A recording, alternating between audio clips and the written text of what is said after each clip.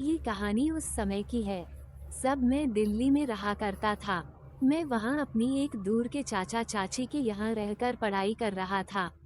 तब चाचा जी ने अपने छोटे बच्चे के लिए एक नौकरानी लगा रखी थी, जो सारे दिन घर पर ही रहा करती थी।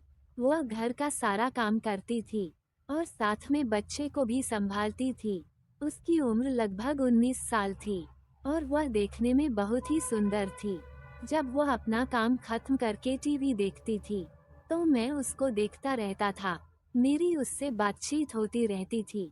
एक बार चाचा चाची मूवी देखने गए थे और वो अपने साथ बच्चे को भी ले गए थे। उस दिन नौकरानी घर पर अकेली थी। जब चाचा चाची मूवी देखने चले गए, तो मैं उसके पास आ गया और उससे उसकी पुरानी बातें करने लगा।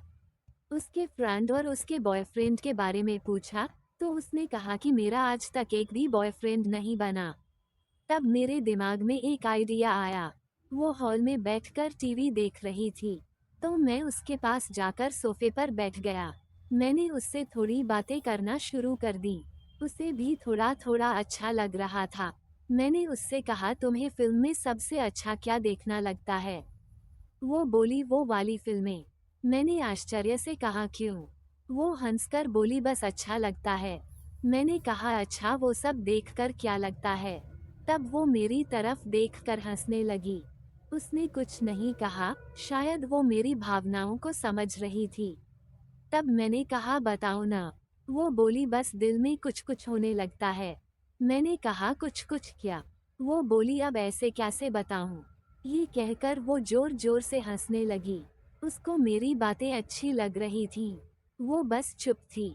फिर मैंने उससे कहा, मैं तुम्हें एक अच्छी चीज दिखाता हूँ। अपनी आंखें बंद करो। उसने वैसे ही किया। फिर जब उसने आंख खोलकर देखा और वो एकदम से डर गई। वो बोली, यह क्या कर रहे हो आप? पर मुझे पता था कि उसको अच्छा लग रहा है। उसने नाटक किया कि मैं चाचा चाची को सारी बात बता दूंगी। मुझे पता था कि वह ऐसा नहीं करेगी। वो खाली मुझे डरा रही थी। मैंने उससे कहा, जिसको बताना है बता देना।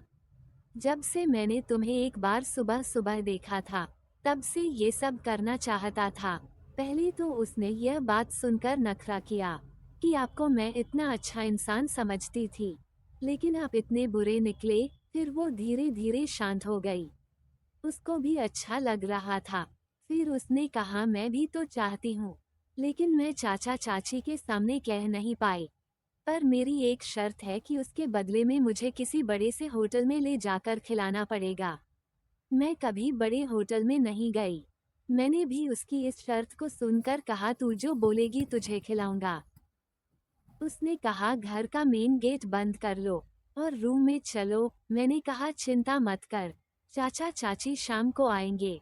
वो बोली, तब भी दरवाजा तो बंद कर लो।